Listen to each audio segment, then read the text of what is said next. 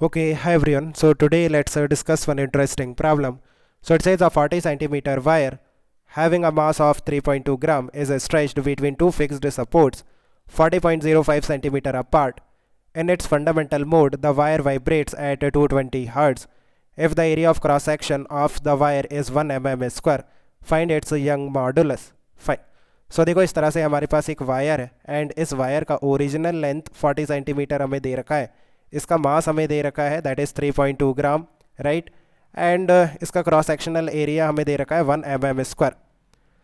Now हमारे पास दो fixed support है and the distance between the two fixed support is given that is 40.05 centimetre. And इस wire को हम इन दो सपोर्ट के बीच में कनेक्ट करते हैं something like this, so that final length of the wire will be 40.05 centimeter. It means there will be some elongation in the wire. कितना elongation होगा वायर में? You can easily find out, right? That will be 0.05 centimeter. Initial length, original length 40 centimeter था और final length कितना हो गया wire का 40.05 centimeter. So कितना elongation हुआ? That is final length minus original length, that is 0.05 centimeter, right? Now what is given कि ये जो वायर है ना ये अपने फंडामेंटल मोड पे वाइब्रेट करता है एंड उसका फ्रीक्वेंसी हमें गिवन है that is 220 hertz. Now you can see कि जब ये वायर अपने फंडामेंटल मोड में वाइब्रेट करेगा देन एक सिंगल लूप फॉर्म होगा, इस तरह से एक सिंगल लूप फॉर्म होगा, राइट, बिकॉज इसके जो दोनों एंड्स है ना वो फिक्स्ड है, सो वहाँ पे नोड होगा and fundamental mode of vibration में दो नोड्स के बीच में हमारे पास एक सिंगल लूप बनेगा। And what is the length of a single loop? एक लूप का लेंथ होता है wavelength by 2, so we can say wavelength by 2 will be the length of the wire that is 40.05। So यहाँ से wavelength आ जाएगा that will B 80.1, right, 80.1 आएगा, इसे 2 का मल्टीप्लाई करेंगे, so centimetre, right. So this is the wavelength. Now we can easily find out speed because हमें frequency पता है and we have calculated wavelength. So speed of the transverse wave will be wavelength into frequency.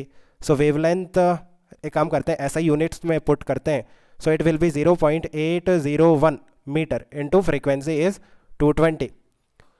So find out this value. Speed कितना आता है?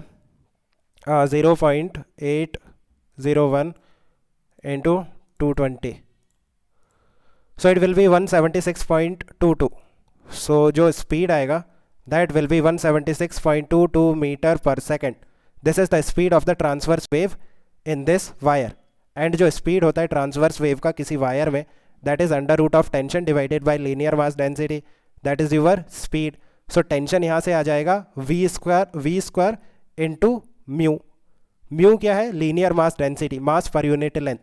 Can you find out mu? Of course, आप देखो mass and length हमें given है, right. So mass 3.2 into 10 raise to the power -3 kilogram divided by length that is 40 centimetre, so it will be 0.4 metre.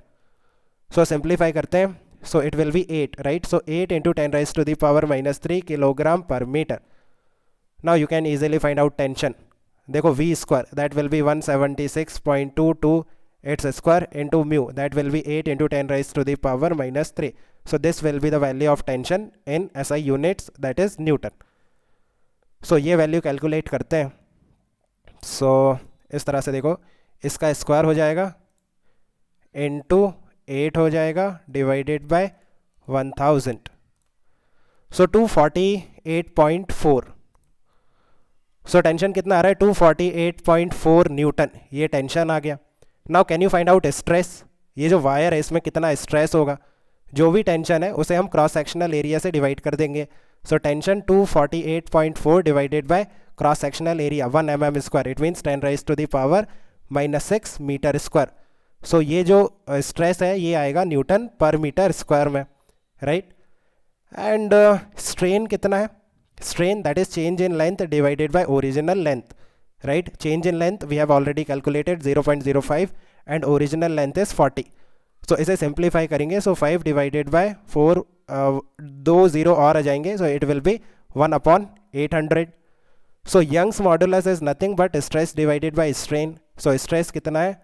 248.4 into 10 raise to the power 6, ये जो 10 raise to the power -6 है ये ऊपर चला जाएगा, 10 raised to the power 6 divided by strain.